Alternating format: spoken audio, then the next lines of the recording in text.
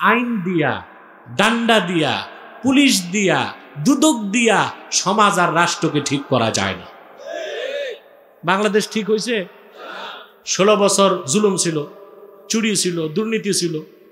তারপরে আপনারা একজন আপনাদের ইমাম সাহেব বসাইছেন, ঠিক কিনা? আপনাদের ইমাম সাহেব আপনারা বসাইছেন। অনেক মৌলবী বলছে উনি আমাদের ইমাম। চিন্তা করো, যে মৌলবীগুলো এইরকম একটা মানুষকে ইমাম মানে, ওই রকম মৌলবী না, ওরে কাঠের খড়ম দিয়ে পিটানো দরকার। সুদখোর ইমাম হইতে পারে? সুদখোর না, সুদের কারিগর। বিপদের সময় কাজ চালাবে এক বিষয়, তার ইমাম পারে না মুজাদ্দেদ বলে ফেলে। ধিক্কার! এই সমস্ত নাফরমান দুনিয়াদার মৌলবীরাই বাংলাদেশের জন্য সবচেয়ে বড় অভিশাপ। এদের চরিত্র আছে? দেখলেন পূজার মাসে, পূজার মাস না মানে পূজার সময় সমানে হিন্দুদের পূজা মণ্ডপে দৌড়েছে, কীর্তন গাইছে, লাড্ডু খাইছে। আবার বলে কি, আপনাদের পূজায় আসতে পেরে শুকরিয়া আদায় করি।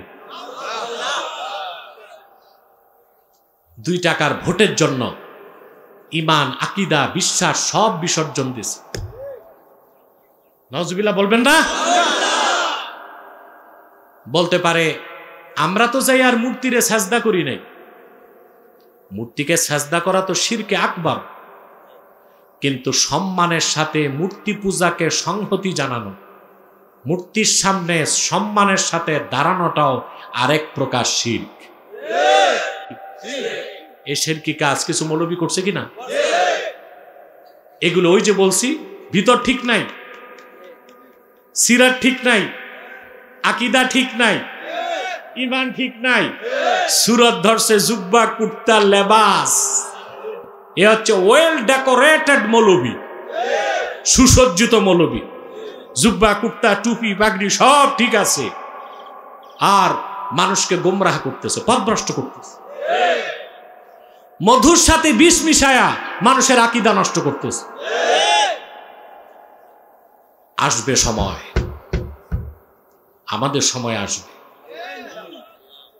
এই ভণ্ডামিগুলো সব জাতি বুঝে গেছে। বুঝছে কিনা? আউযু বিল্লাহি মিনাশ শাইতানির রাজীম।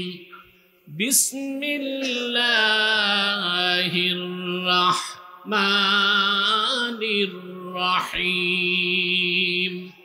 ইয়া আইয়ুহাল্লাযীনা আমানু ইত্তাকুল্লাহা ওয়া কুনু মা'আস সাদিকিন। আল্লাহ তাআলা বলেন সূরা তাওবা 119 নম্বর আয়াত, আল্লাহ মহব্বতের সাথে পেয়ারা বান্দাদের ডেকে বলেন, হে বিশ্বাসীগণ, ইমানদারগণ, তোমরা মহান আল্লাহকে ভয় করো। ওয়া কুনু মা'আস সাদিকিন, আর সত্যবাদীদের সঙ্গী হও। সুবহানাল্লাহ বলবো না? একটা আয়াত, নির্দেশ কয়টা? কথা বলতে হবে। প্রথম হচ্ছে আল্লাহকে ভয় করো। আল্লাহর ভয়টা তাকওয়া, আর এই তাকওয়াটা হচ্ছে মুমিনের সর্বশ্রেষ্ঠ সম্বল। সুবহানাল্লাহ। আল্লাহ যে মুমিনকে তাকওয়া দান করেছেন, এই ঋণ সে মুমিন কোনোদিন শোধ করতে পারবে না, কারণ মুমিনের জীবনে তার চরিত্রে তাকওয়ার চেয়ে বড় কোনো দৌলত বা সম্পদ নাই। সুবহানাল্লাহ।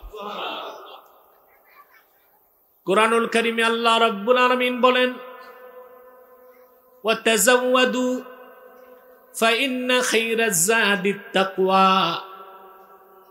সহায় সম্বল প্রস্তুত করো, সম্বল সঞ্চয় করো। মুত্তাকিদের জন্য, ইমানদারের জন্য এই দুনিয়ায় সর্বশ্রেষ্ঠ পাথেয় হচ্ছে তাকওয়া। বলেন সুবহানাল্লাহ। কার কথা? মুমিনের জীবনে তাকওয়া, আল্লাহর ভয়, পরহেজগারিতা, সৎ চরিত্র, উন্নত চরিত্র, পরিচ্ছন্ন হৃদয়, এই তাকওয়াটা মুমিনের জন্য সবচেয়ে বড় সম্বল। সুবহানাল্লাহ বলেন। আমি জানি না আপনারা সম্পদ আর সম্বলে পার্থক্য বুঝেন কিনা। আপনার বাড়িতে 100 ভরি স্বর্ণ আছে, 1 কোটি টাকা আছে, এটা সম্পদ। কিন্তু আপনি যখন সফরে বের হন, সাথে 2টা রুটি নিয়ে গেছেন, ওইটা কি? সম্পদ। একটা সম্পদ আর একটা সম্পদ। সফরে কোনটা বেশি দরকার, সম্পদ না সম্বল? এই জন্য আল্লাহ বলেছেন ফাইন্না খাইরা, কেউ দাঁড়ায় থাকতে পারবে না। ফাইন্না খাইরা যাদিত তাকওয়া, মুমিন মুসলমানদের সবচেয়ে বড় সম্বল হচ্ছে তাকওয়া। সুবহানাল্লাহ। মূলত হুকুমটা আল্লাহ করেছেন হাজীদেরকে, যারা হজ করতে যাবে তারা যেন সঙ্গে সম্বল নিয়ে যায়, প্রয়োজনীয় টাকা পয়সা, শুকনা গোশত এবং ছাতু। কারণ হাজী যদি সঙ্গে সম্বল না রাখে, হজ করতে যেয়ে তারে ভিক্ষা করতে হবে। কি করতে হবে? এই উপমহাদেশ থেকে অনেকে হজ করতে যায় শুধু ভিক্ষা করতে। এই জন্য সৌদি সরকার বাংলাদেশ, পাকিস্তান, ভারত এদের ভিসা দিতে চায় না। ওনারা বলে যে আপনারা হজ করতে আসবেন, হজ করতে এসে ভিক্ষা করেন কেন? এই জন্য আল্লাহর নির্দেশ, হজ করতে গেলে কি লাগবে? ওয়া তাজাওয়াদু। তাজাওউদ মানে হচ্ছে ইত্তেখাজু জাত, জাত তৈরি করা। জাত কি? জাত হচ্ছে আত-তাআমুল্লাযী ইস্তাসহিবুহুল মুসাফির। মুসাফির তার সঙ্গে যে প্রয়োজনীয় খাদ্য রাখে, সম্বল রাখে, ওইটাকে বলা হয় জাত। আল্লাহ রাব্বুল আলামিন হুকুমটি করেছেন হাজীদের জন্য খাস, বাকি তামাম পৃথিবীর মানুষের জন্য আম। কারণ আমরা প্রত্যেকেই তো সফরে আছি, আর সফর করার জন্য সম্বল লাগবে। আর সেই আখিরাতের সফরের জন্য মুমিনের সবচেয়ে বড় সম্বল হলো তাকওয়া। বলেন সুবহানাল্লাহ। আমরা সফরে না? কথা বলেন। আমরা সফর করে এসেছি আলামে আরওয়াহ থেকে, আত্মার জগৎ থেকে এসেছি দুনিয়ায়। এটা আলামে আসবাব। এখান থেকে সফর করে চলে যাব আলামে বারজাখ, কবরে। ওখান থেকে সফর হবে আলামে মাহশার, হাসর ময়দানে। ওখান থেকে সফরের 2টা দিক, একটা জান্নাত আর একটা জাহান্নাম। জান্নাতে যাওয়ার পরে কিংবা জাহান্নামে যাবার পরে বান্দার সফর শেষ। আখিরাতে গেলে গন্তব্য কয়টা? আরে আমি কি কবরস্থানে না মাহফিলে? বুঝবো কেমনে? তো কথা তো বলতে হবে। চান্দিনার মানুষ তো এত মহিলাদের মতো নির্বোধ নির্বাক না, কথা তো বলতে পারে। আজকে একদম চুপচাপ হয়ে গেলেন কেন? আপনার যা আছেন যথেষ্ট মানুষ আছেন, কথা বলতে হবে। আমাদের সফর শুরু থেকে আসি আলামে আসবাব, এখান থেকে যাব আলামে বারজাখ, ওখান থেকে আলামে মাহশার, ওখান থেকে ফাইনাল ডেস্টিনেশন 2টা। ঈমান আমল থাকলে জান্নাত, কুফর শিরক থাকলে জাহান্নাম। সফর শেষ। সফর জায়গা তো 2টাই। আল্লাহ রাব্বুল আলামিন বলেন فَأَمَّا مَنْ طَغَى وَآثَرَ الْحَيَاةَ الدُّنْيَا فَإِنَّ الْجَحِيمَ هِيَ الْمَأْوَى। আর যে ব্যক্তি সীমা লঙ্ঘন করল, দুনিয়ার জীবনকে আখিরাতের উপর প্রাধান্য দিল, হিসাব নিকাশের পর আখিরাতে জাহান্নাম হবে তার বাড়ি। وَأَمَّا مَنْ خَافَ مَقَامَ رَبِّهِ وَنَهَى النَّفْسَ عَنِ الْهَوَى فَإِنَّ الْجَنَّةَ هِيَ الْمَأْوَى। আর যে ব্যক্তি কাল কিয়ামতে আল্লাহর সামনে দাঁড়াবার ভয় অন্তরে রাখলো, এরই নাম তাকওয়া। আল্লাহর সামনে দাঁড়াতে হবে, হিসাব দিতে হবে, ভালো কাজের পুরস্কার, খারাপ কাজের তিরস্কার। এই বিশ্বাস, এই ভয় যে হৃদয়ে রাখলো, মন যা চাইলো তা করলো না, হালাল হারাম বেঁচে চললো, আল্লাহ পাক বলেন হিসাব নিকাশের পর আল্লাহর জান্নাত হলো তার বাড়ি। তখন সফর, এখন আসি কিসে? সফরে। তো সফরে কি লাগবে? সম্পদ না সম্বল? এটা তো বুঝছেন, সম্পদ না সম্বল লাগবে। আমরা একই প্ল্যানেট, একটাই গ্রহ পৃথিবী, এক প্রান্তে আমরা আর এক প্রান্তে আমেরিকা। এখান থেকে কেউ আমেরিকা গেলে সম্বল সাথে নিবে কিনা? পাসপোর্ট, ভিসা, প্রয়োজনীয় ডলার, তারপরে ওখানে তো আর গামছা লুঙ্গি চলবে না। নিউ ইয়র্কে স্যুট বুট সেন্ট পারফিউম সব নিয়ে একটা সম্বল করবে কিনা? একই প্ল্যানেট, একটা গ্রহের এক প্রান্তে থেকে আরেক প্রান্তে যাবেন, এত সম্বল। আর আপনি আছেন সফরে, আখেরাতে সফরে চলছেন অবিরত নিরন্তর। আপনার সম্বল কি? বিত্ত বৈভব, টাকা পয়সা, ক্ষমতা, পাওয়ার, পলিটিক্স, বাড়ি গাড়ি, নারী নার্সারি? তাকওয়া, তাকওয়া, তাকওয়া। সুবহান। কোরআনুল কারীমের মধ্যে আল্লাহ রাব্বুল আলামিন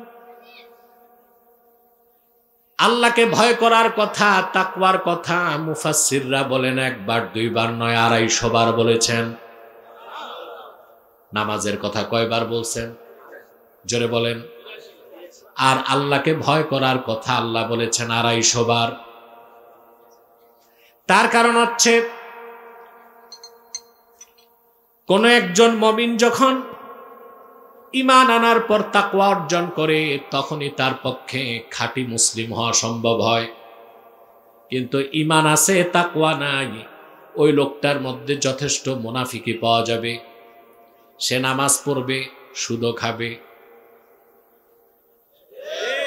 রোজা রাখবে, ঘুষ খাবে, হজ করবে, আরেকজনের জায়গা দখল করবে, মুখে দাড়ি নিয়ে বিচার আচারে দুই দিক থেকে ঘুষ খাবে। আর যার মোটেও ভয় নাই আল্লাহর, ও তো গুনাহ করবে, নামাজ রোজাও করবে না। ঠিক কিনা? তো একজন ইমানদারকে পরিপূর্ণ কোয়ালিফাইড প্র্যাকটিসিং মুসলিম হতে হলে অবশ্যই তাকওয়ার নীতি অবলম্বন করতে হবে। বলেন সুবহানাল্লাহ। এই তাকওয়া, পরহেজগারিতা, নেক আমল, আল্লাহর ভয় মানুষকে উন্নত চরিত্র দান করে। সুবহানাল্লাহ বলেন। এই পৃথিবীতে মুত্তাকির জন্য রয়েছে কল্যাণ, সম্মান, সফলতা, সমৃদ্ধি, রিজিক। আখিরাতে আছে নাজাত এবং জান্নাত। বলেন সুবহানাল্লাহ। আর কিছু লাগে? অবলম্বন করবে, মুত্তাকি হয়ে যাবে, তার জন্য পৃথিবীতে রয়েছে সম্মান, মর্যাদা, উত্তম রিজিক, তার কোনো বিপদ নাই, চিন্তা নাই, ভয় নাই। সুবহানাল্লাহ বলেন। সে শুধু ভরসা করবে কার উপর? আল্লাহ রাব্বুল আলামিন বলেছেন, আলা ইন্না আউলিয়া আল্লাহি লা খাউফুন আলাইহিম ওয়া লা হুম ইয়াহজানুন। সাবধান জেনে রেখো, নিশ্চয়ই যারা আল্লাহর ওয়ালি তাদের কোনো ভয় নাই, তাদের কোনো চিন্তা নাই। এখন আপনাদের প্রশ্ন, আল্লাহর ওলিদের না ভয় নাই, চিন্তা নেই? আমরা তো আর আল্লাহর ওলি হই নাই। কথা বলেন না ভাই, এটা ভুল ধারণা। আমরা মনে করি আল্লাহর ওলি হতে মুরিদ লাগবে, খানকা লাগবে, খিচুড়ির ড্যাগ লাগবে। কথা বলেন, এগুলো লাগে নাকি? আল্লাহর ওলি হইতে দুইটা জিনিস লাগে, ঈমান, তাকওয়া। সুবহানাল্লাহ বলেন। বড়টা তো আছে, কোনটা আছে? ওইটা কি? আরে কথা বলো। ঈমান তো আছে, এখন ওলি হইতে লাগবে কি? তাকওয়া। সুবহানাল্লাহ। আল্লামা হাফেজ ইবনে কাসির রাহমাতুল্লাহি আলাইহি তাফসীর ইবনে কাসিরে লেখেন, মান কানা মুমিনান তাকিয়া কানা লিল্লাহি ওয়ালিয়া। মুহাম্মদ সাল্লাল্লাহু আলাইহি সাল্লামের প্রত্যেক সেই উম্মত যার ঈমান আছে আর তাকওয়া আছে, সে লোকটাই আল্লাহ রাব্বুল আলামিনের দৃষ্টিতে ওলি হয়ে গেছে। ওলি হতে বংশ লাগে না, পয়সা লাগে না, টাকাও লাগে না, খানকা লাগে না, মুরিদ লাগে না, খিচুড়ির ড্যাগ লাগে না, তালিম মাহফিলও দিতে হয় না। হ্যাঁ, মানুষকে পথ দেখাইতে তো তালিম মাহফিল লাগবে, ওটা ভিন্ন বিষয়। কিন্তু ব্যক্তি জীবনে আল্লাহর ওলি হইতে এসব কিছু লাগে না, বংশ লাগে না, টাকা লাগে না, দুইটা জিনিস লাগে, ঈমান, জোরে ঈমান, তাকওয়া। সুবহানাল্লাহ। যে আল্লাহর উপর, আল্লাহকে ভয় করে, যার তাকওয়া আছে, এই দুনিয়ার কোনো বিপদ তার সামনে আসতে পারে না। কাফের মুশরিকের বিপদ হচ্ছে শাস্তি, মুমিনের বিপদ হচ্ছে পরীক্ষা। মুমিন যদি তাকওয়া থাকে, সে পরীক্ষায় উত্তীর্ণ হবে এবং বিনিময়ে যথেষ্ট পুরস্কার পাবে। আমি একটা হাদিস শোনাচ্ছি আপনাদেরকে। সহিহ আল বুখারীতে হাদিসটি এসেছে। হাদিসটি ইবনে কাসিরও রওয়ায়াত করেছেন। রাসূলুল্লাহ সাল্লাল্লাহু আলাইহি সাল্লামের জলিলুল কদর সাহাবী ছিলেন আউফ ইবনে মালিক আল আশজাঈ রাদিয়াল্লাহু তাআলা। নামটা মনে থাকবে ভাই? সাহাবীর নাম কি? আউফ ইবনে মালিক। আমরা রাসূলুল্লাহর সাহাবীগণের নাম মুখস্থ রাখব, যেন সন্তানদের নাম রাখতে বরকত হিসেবে রাখতে পারি। আমরা তো নাম খুঁজে পাই না। দেখেন না কি নাম রাখে, চকলেট, বিস্কুট, হকি স্টিক, বল্টু, নাট, বুলেট, মিসাইল, ক্ষেপণাস্ত্র, এসব নাম রাখে না। সাহাবায়ে কেরামের নাম মুখস্থ রাখবো, এগুলো সন্তানদের ক্ষেত্রে রাখার চেষ্টা করব ইনশাআল্লাহ। প্রিয় বন্ধুগণ, আউফ ইবনে মালিক আল আশজাঈ, ওনার ছিল একজনই সন্তান। মুশরিকরা সন্তানটা নিয়ে মরুভূমিতে বেঁধে ফেলছে। সাহাবী আর তার স্ত্রী কাঁদতে কাঁদতে বেকারার হয়ে গেছে। একটাই ছেলে, তাও নিয়ে গেছে কাফেররা, বন্দি করে রাখছে। কামাই রোজগারেরও কোনো ব্যবস্থা নাই। আউফ ইবনে মালিক আল আশজাঈর স্ত্রী সাহাবীকে বললেন, দ্রুত রাহমাতুল লিল আলামিনের কদমে চলে যাও, সমাধান পেয়ে যাবা। সাহাবী আউফ ইবনে মালিক আল আশজাঈ বুক বড়া কষ্ট, চক্ষু বড়া পানি নিয়া আল্লাহর হাবিবের কদমে চলে আসলেন। এসে বললেন, ইয়া রাসূলুল্লাহ, ইয়া হাবিবাল্লাহ, আমাদের পরিবারের একমাত্র সন্তানকে কাফেররা বন্দী করে ফেলেছে। একটাই সন্তান আমার, এই সন্তান হারালে আমার পরিবার দেখারও কেউ নাই। রাসূলুল্লাহ সাল্লাল্লাহু আলাইহি সাল্লাম বললেন, ইত্তাকিল্লাহ ওয়াসবির। সুবহানাল্লাহ। বিপদ থেকে বাঁচতে রাসূলুল্লাহ শিক্ষা দিলেন কিসের? তাকওয়া আর সবর, ধৈর্য। সুবহানাল্লাহ। আমরাও বিপদে পড়লে কি করব?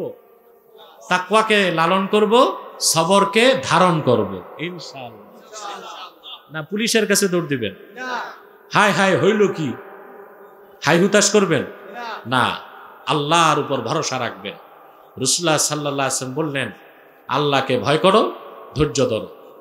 আর একটা আমল দিলেন আল্লাহ রাসূল সাল্লাল্লাহু আলাইহি ওয়াসাল্লাম, ওয়া আমুরুকা ওয়া ইয়্যাহা আন তাস্তাকসিরা মিন কওলি লা হাওলা ওয়ালা কুওয়াতা ইল্লা বিল্লাহ।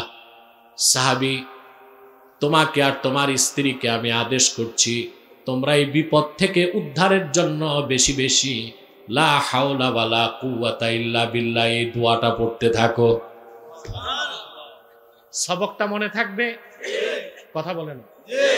আমরা বিপদে করলে কি করব?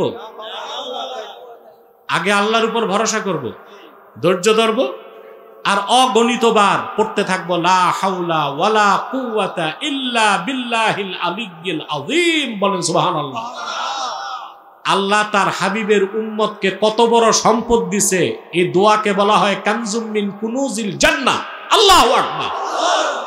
এমন কোন বিপদ নাই পৃথিবীতে এই দোয়ার বরকতে আল্লাহ দূর করবেন না। সাহাবী বুক ভরা আশার চোখের পানি মুছতে মুছতে বাড়ি চলে আসলেন। স্ত্রী জিজ্ঞেস করলেন, আমাদের বিপদে আল্লাহর হাবিব কি সমাধান দিলেন? সাহাবী বললেন, ইন্না রাসূলুল্লাহি সাল্লাল্লাহু আলাইহি ওয়াসাল্লাম আমারানি ওয়া ইয়্যাকা আন নাস্তাকসিরা মিন কওলি লা হাওলা ওয়ালা কুওয়াতা ইল্লা বিল্লাহ। সাহাবী বললেন, আল্লাহর রাসূল সাল্লাল্লাহু আলাইহি ওয়াসাল্লাম তোমাকে এবং আমাকে নির্দেশ করেছেন বেশি বেশি লা হাওলা ওয়ালা কুওয়াতা ইল্লা বিল্লাহ দোয়াটা পড়ার জন্য। স্বামী আর স্ত্রী আল্লাহর হাবিবের কথা মতো আমল শুরু করে দিলেন। আল্লাহকে ভয় করলেন, আল্লাহর উপর ভরসা রাখলেন, সবর করলেন। এই সাহাবীর সন্তানকে মুক্তি দান করার দায়িত্ব স্বয়ং আল্লাহ নিজের হাতে তুলে নিলেন। হাদিস সাক্ষ্য দেয়, যেখানে তাকে বন্দী করে রাখা হলো, আল্লাহ তাআলা মুশরিকদের দৃষ্টি ঘুরায় দিলেন। তারা নিজেদের মধ্যে খোঁজ গল্পে মত্ত। আল্লাহর হুকুমে সাহাবীর সন্তানের হাতের রশির বাঁধন ঢিলা হয়ে গেছে। সে উন্মুক্ত হয়ে বাড়ির পথে হাঁটা দিছে। কিছু দূর আসার পর চিন্তা করছে, বাড়ি যে করবো কি, এতদিন তো বন্দী ছিলাম, খাবো কি? তো দেখলেন কাফেরদের হাজার হাজার বকরি মরুভূমিতে হাঁটতেছে। সাহাবীর সন্তান বকরির পালের পিছে যেয়ে বলল, চলো তোমরা আমার সাথে বাড়ি আসো।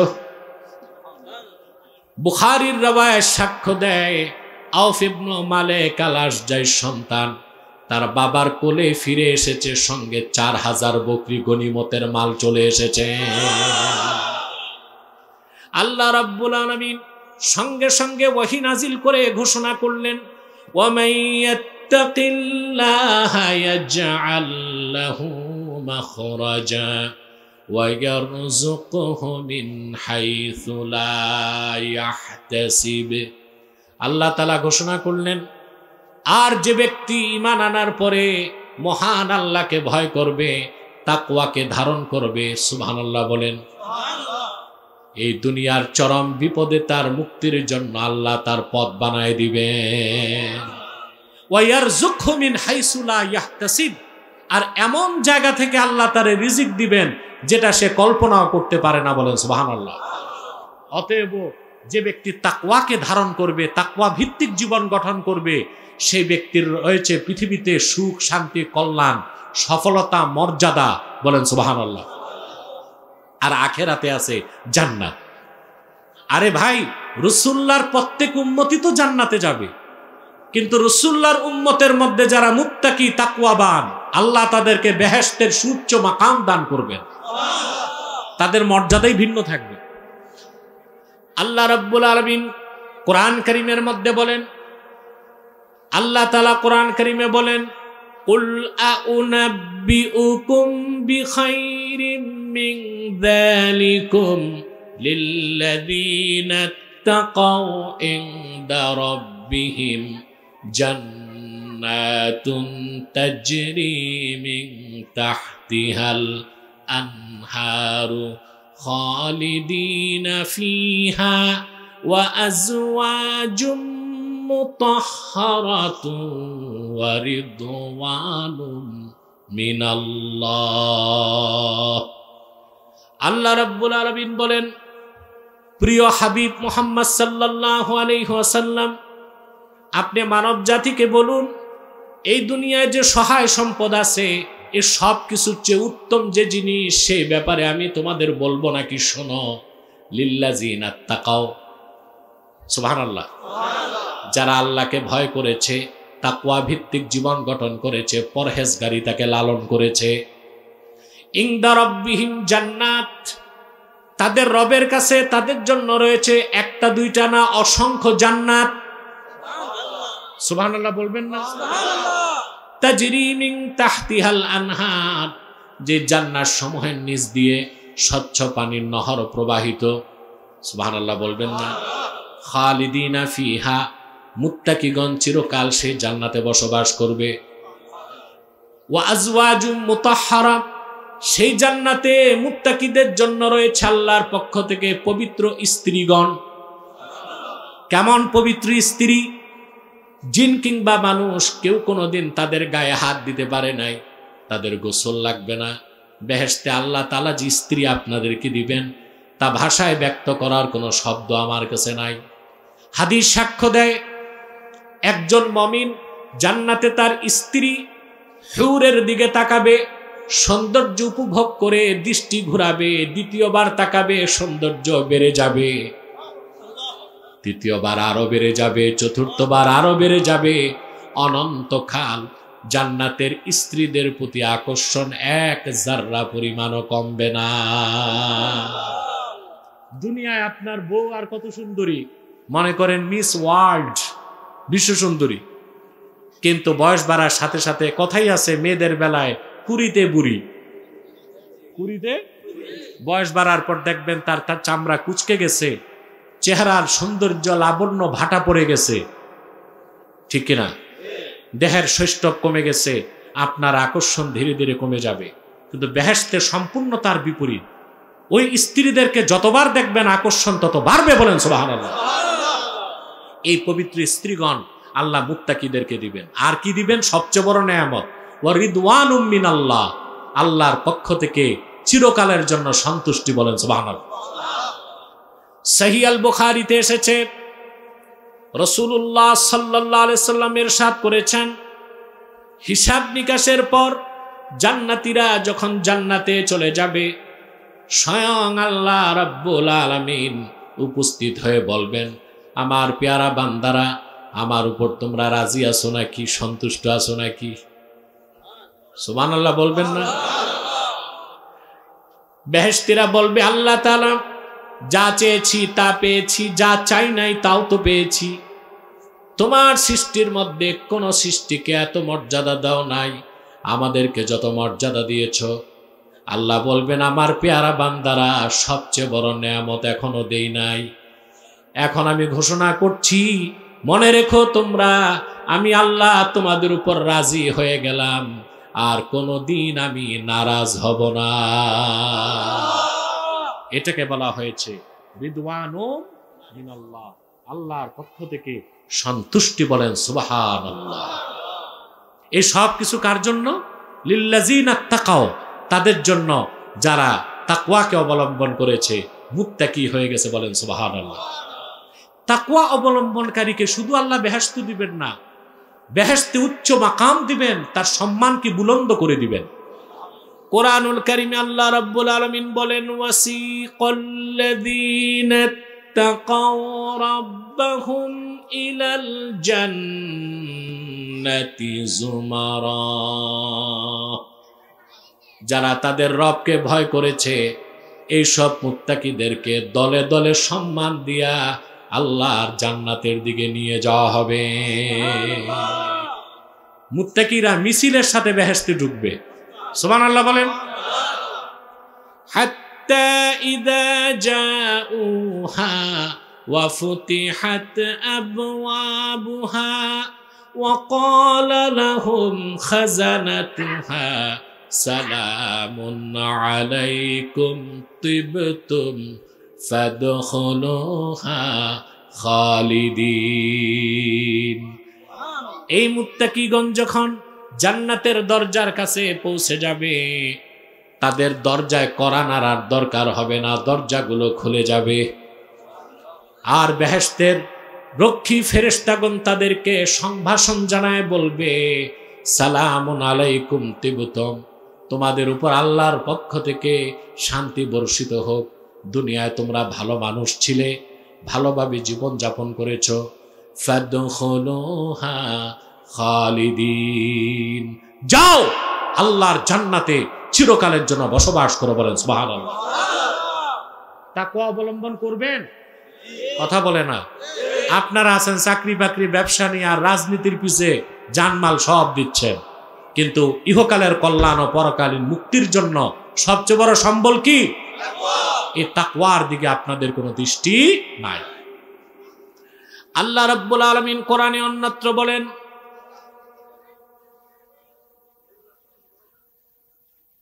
পিছনে আওয়াজগুলো বন্ধ করো, এত হইচই করলে কি কথা বলা যায় নাকি? আর কোন একটা মানুষও মাথাটাও নাড়বেন না, একটু পর মুনাজাত করে গুনাহ মাফ করে উঠতে হবে, ঠিক আছে না ইনশাআল্লাহ? বিনা প্রয়োজনে একটা মানুষ উঠবেন না, মাথাও নাড়বেন না, বরং যারা দাঁড়িয়ে আছেন বসে যান। অনেকে আবার খান বাহাদুর আহসানুল্লাহর নাতিপুতি, ওনারা দূরেই বসে আছে গাছতলায়, থাকুক, ওয়াজ শুনুক।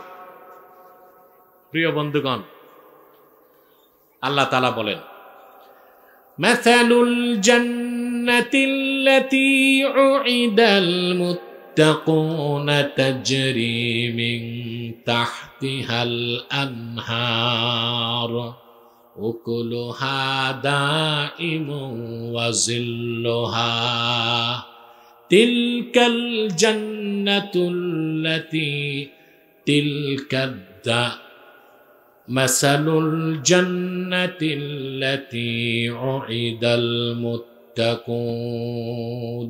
যে জান্নাতটা মুত্তাকিদের জন্য ওয়াদা করা হয়েছে তার বৈশিষ্ট্য হচ্ছে উকুলুহা, তার নিচ দিয়ে পানি প্রবাহিত, স্বচ্ছ পানির ফোয়ারা। উকুলুহা দাইমুন ওয়া জিল্লুহা, সেই জান্নাতের ছায়াটাও চিরস্থায়ী, খাদ্যটাও চিরস্থায়ী। বলেন সুবহানাল্লাহ। ছায়া স্থায়ী তা তো বুঝি, বেহেশতের খাদ্যটা স্থায়ী তা বুঝবো কি করে? প্রশ্ন আসে না? এই দুনিয়ায় খাবার দাবার পচে কিনা সংরক্ষণ করতে হয়। একটা আলু কোল্ড স্টোরে কয় বছর রাখা যায়? 10 বছর পর আর আলু খাওয়া যাবে? বেহেশতে কোনো ভাইরাস নাই, ব্যাকটেরিয়া নাই, যেটা যেমন খাদ্য অনন্তকাল ওই রকমই থাকবে বলেছে। দ্বিতীয় অর্থ হচ্ছে এই দুনিয়াতে আপনি কোটিপতি না, বিলিয়নার না, ট্রিলিয়নার, এত টাকা আপনার, কিন্তু যখন যা মন চায় তা খেতে পারবেন? এখন মন চাচ্ছে রাজশাহীর ফজলি আম, এখন সম্ভব? টাঙ্গাইলের চমচম, মুক্তাগাছার মন্ডা, কুমিল্লার রসমালাই, কুমিল্লা যে আছে তাও কি এখন সম্ভব, না একটু সময় লাগবে? কিন্তু জান্নাত এমন এক জায়গার নাম, কোন নাজ নেয়ামতের কথা যদি মমিনের মনে জাগে, মুখে বলার আগে আল্লাহ তাআলা তা হাজির করে দিবে। এই জান্নাত, এই সম্মান, এই মর্যাদা মুত্তাকির জন্য, তাকওয়াবানের জন্য। বলেন সুবহানাল্লাহ। এখন আসেন তাকওয়ার অর্থ কি? তাকওয়ার অর্থ আমরা বুঝি না। আমরা মনে করি থোতায় কুদ্দুর দাড়ি, মাথায় টুপি, লম্বা জুব্বা, এর নাম তাকওয়া নাকি? এজন্য এইরকম লেবাসের মানুষ যখন দেশে চুরি করে, দুর্নীতি করে, বদমাশি করে, তখন বাকি মুসলমান লজ্জিত হয়। টুপি, দাড়ি, পাগড়ি, জুব্বা, কুর্তা, জিকির ফিকির, হাল আর ফাল, এগুলো তাকওয়া নয়। দাড়ি, টুপি, জুব্বা এটা তো তাকওয়া নয়, লেবাসুত তাকওয়া, এটা তাকওয়ার লেবাস। তাকওয়া থাকে অন্তরের ভিতরে। বলেন সুবহানাল্লাহ। ওয়াকায়াকি, ওয়াকায়া থেকে তাকওয়া। ঈমান আনার পরে আল্লাহর ভয়তে বান্দা যখন গুনার কাজ ছেড়ে দেয়, তখন আল্লাহ ওই বান্দাকে জাহান্নাম থেকে বাঁচায় নেন। এর নাম তাকওয়া। দাড়ি, টুপি, জুব্বা লাগবে না? লাগবে না? লাগবে, কিন্তু এটা তাকওয়া না, এটা লেবাসুত তাকওয়া, এটা তাকওয়ার পোশাক। তো তাকওয়া কই? অন্তরে। ওই যে ভিতরে যেটা তাকওয়া ওইটাই হচ্ছে সিরাত, বাইরে যেটা গেট আপ এটা হচ্ছে সুরাত। আমাদের অনেকের সুরত ঠিক, সিরাত ঠিক নাই। মানুষকে খুব দেখায় দরবেশ, দুনিয়া চিনে না। খোঁজ নিলে দেখবেন বাড়ি আছে 4টা, গাড়ি আছে 3টা, বউ আছে 4টা। আর ভাবসাব এইরকম, দুনিয়া চিনে না, মাছের কাঁটাটা বাঁচতে পারে না, ভাবসাব এইরকম, ঠিক কিনা? এই যে বাইরে যেটা এটা সুরাত, ভিতরে যে তাকওয়া ওইটা কি? সিরাত। আল্লাহ কোনটা দেখেন, বাহির না ভিতর? সেই জন্যই ফখরুদ্দিন রাজি মুত্তাকির ব্যাখ্যা করতে যে লেখেন, আন তুযায়্যিনা সিররাকা লিল হক্কে কামা যায়্যানতা যাহিরাকা লিল খালকে। বান্দা, তুমি তোমার বাহিরটা মানুষকে দেখাবার জন্য যেমন সুন্দর করেছো, তোমার ভিতরটা খালেকের জন্য ওই রকম সুন্দর করো। এরই নাম তাকওয়া, তুমি হয়ে যাবে মুত্তাকি। ভিতরও ঠিক, আগে ঠিক হবে, তারপরে কি? আগে চাকরি পরে ড্রেস, না আগে ড্রেস পরে চাকরি? সেনাবাহিনীতে আগে চাকরি নিবেন না ড্রেস পরবেন? চাকরি ছাড়া যে সেনাবাহিনীর ড্রেস পরছে ওটা শাস্তি আছে কিনা? কথা বলেন। আগে চাকরি পুলিশে, তারপরে কি? ড্রেস। তা আমাদের আগে আসলটা লাগবে, তাকওয়া, মাখাফাতুল্লাহ। এইটা অন্তরে যখন চলে আসবে, তারপরে ড্রেস, দাড়ি, টুপি, জুব্বা, কুর্তা, পাগড়ি এগুলো যখন পরবেন, তখন আপনি নির্ভেজাল খাঁটি মুত্তাকি। আর যদি ভিতর ঠিক না হয়, বাহির সাজাইছেন, আপনার মধ্যে ফরমালিন আছে, কি আছে? ভেজাল আছে, কি আছে? অতএব বন্ধুরা, তাকওয়া ভিত্তিক জীবন যাপনই আমাদেরকে সম্মান দিতে পারে, মুক্তি দিতে পারে, কল্যাণ দিতে পারে। বলেন সুবহানাল্লাহ। প্রিয় ভাইরা আমার, আল্লাহর ভয় ছাড়া কোনো মানুষ ভালো হতে পারে না। উসুদুল গাবা কিতাবের মধ্যে এসেছে, ওমর ইবনুল খাত্তাব রাদিয়াল্লাহু তাআলা আনহুর কলিজার টুকরা সন্তান হযরতে আব্দুল্লাহ ইবনে ওমর, তিনি একদিন মক্কা শরীফে হাঁটতেছেন, দেখতে পেলেন পাহাড়ের উপর থেকে মরুভূমির এক রাখাল বকরির পাল নিয়ে নামতেছে। আব্দুল্লাহ বিন ওমর জিজ্ঞেস করলেন, এতগুলো বকরি নিয়ে কোথায় যাও? বলে, চারণ ভূমিতে, মরুভূমিতে যাচ্ছে। তো বকরিগুলো দেখে আব্দুল্লাহ বিন ওমরের পছন্দ হয়েছে। তিনি বললেন, বিনি শাতাম মিনাল গানাম, একটা বকরি আমার কাছে বিক্রি করো, একটা বকরি। তো রাখাল বলল, হুজুর, বিক্রি করা আমার জন্য জায়েজ না, আমি তো রাখাল, আমার কাজ হচ্ছে বকরির পার মাঠে নিয়ে যাওয়া, মরুভূমিতে নিয়ে যাওয়া, সন্ধ্যায় ফিরিয়ে আনা। আব্দুল্লাহ ইবনে ওমর চাইলেন তার তাকওয়া যাচাই করতে।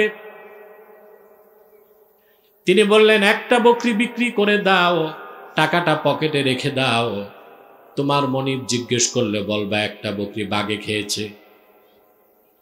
মরুভূমির রাখাল সাদা মনের মানুষটি আব্দুল্লাহ বিন ওমরকে প্রশ্ন করলেন, একটা বকরি আপনার কাছে বিক্রি করে টাকা আত্মসাৎ করব, দুনিয়ার মনিবকে হিসাব দিতে পারবো?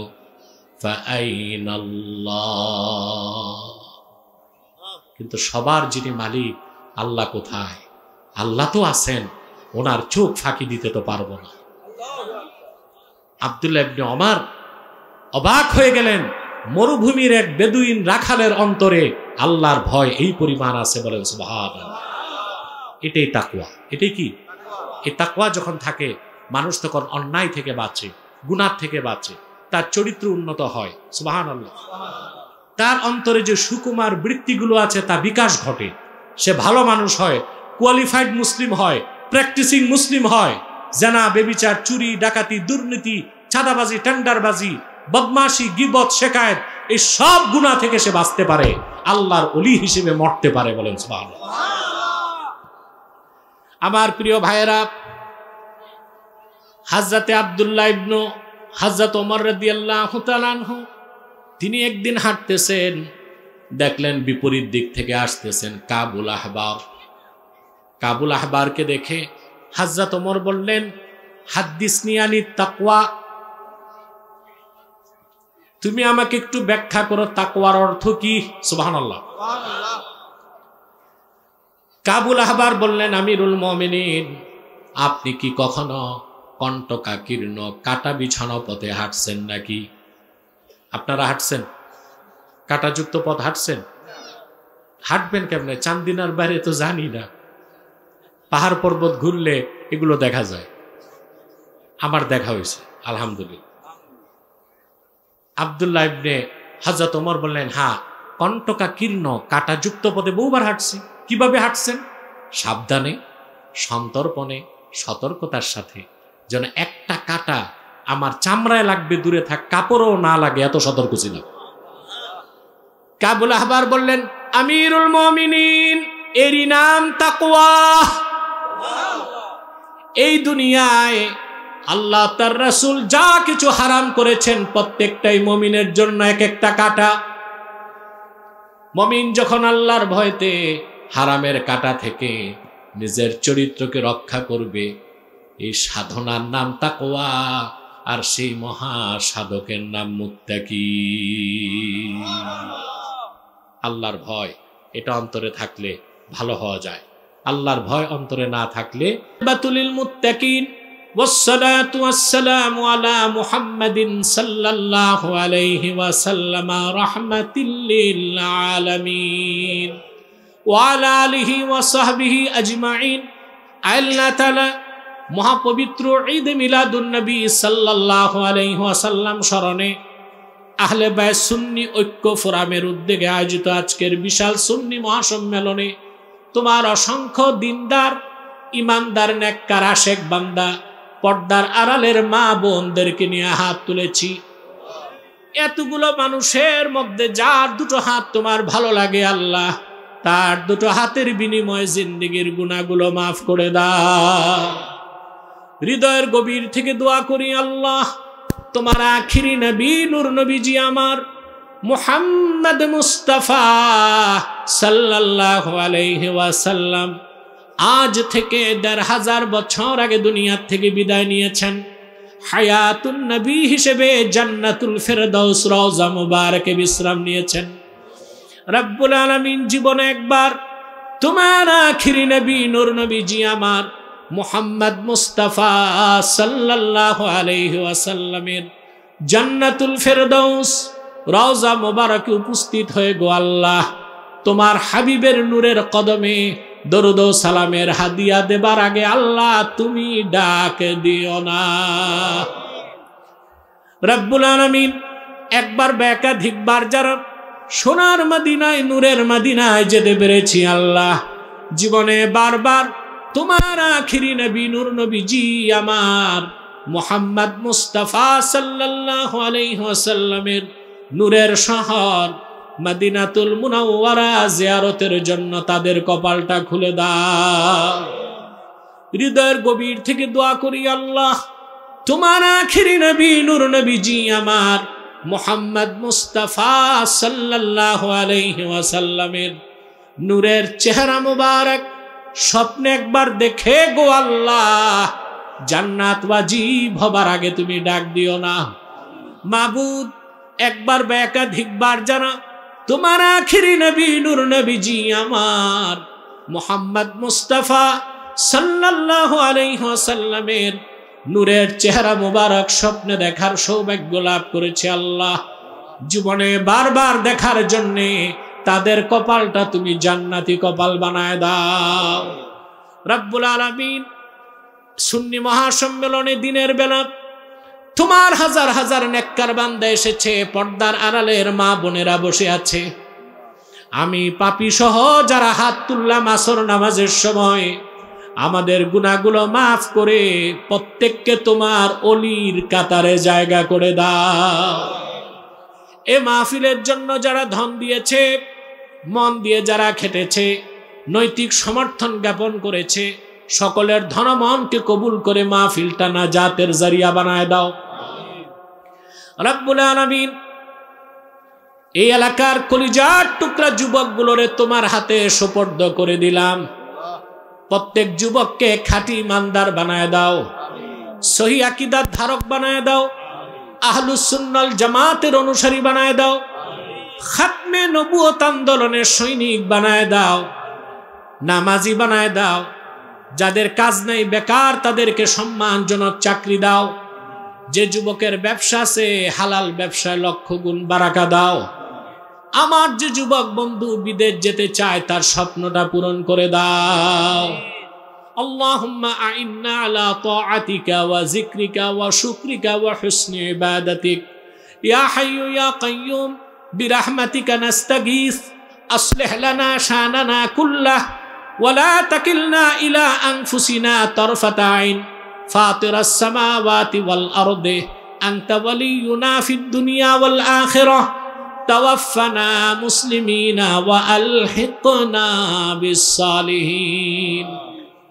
আল্লাহুম্মা ইন্না নাতাওয়াসসালু ইলাইকা বিওয়াসিলাতি হাবিবিকাল মুহতারাম নবিকাল খাতিম সাইয়্যিদিনা ওয়া সাইয়্যিদিল আবরার নবীনা ওয়া নবীল আম্বিয়া মুহাম্মদ ইবনে আব্দুল্লাহ নবিয়্যিল্লাহি রাসূলিল্লাহি সাল্লাল্লাহু আলাইহি ওয়াসাল্লাম আল্লাযী আকমালতা বিহি কসরান নুবুওয়াহ ওয়া হাকামতা লা নাবিয়্যা বা'দাহু ওয়া আ'লানতা ফিল কুরআনি বিল বুরহান আন্না মুহাম্মাদান সাল্লাল্লাহু আলাইহি ওয়াসাল্লাম খাতামুন নাবিয়্যিনা ওয়াল মুরসালিন ক্বাবলা 15 মিআতি সানাহ ওয়া সাল্লাল্লাহু তাআলা আলা خير خلقه نبينا محمد نور الله وعلى آله وصحبه أجمعين